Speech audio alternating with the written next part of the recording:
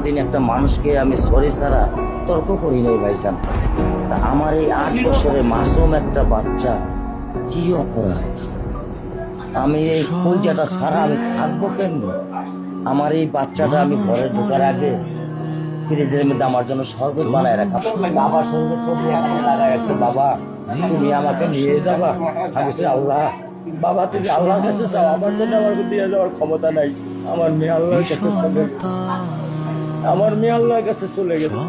আমার মাসুম এই বাচ্চাটা কি অপরাধ করছে নির্মম ভাবে আমার বাচ্চাটা হত্যা করলো। আমার যদি কোনো দোষ থাকে, আমার কোনো যদি অন্যায় থাকে, প্রকাশ্যে আপনারা আমার ফাঁসি দিয়ে দেন।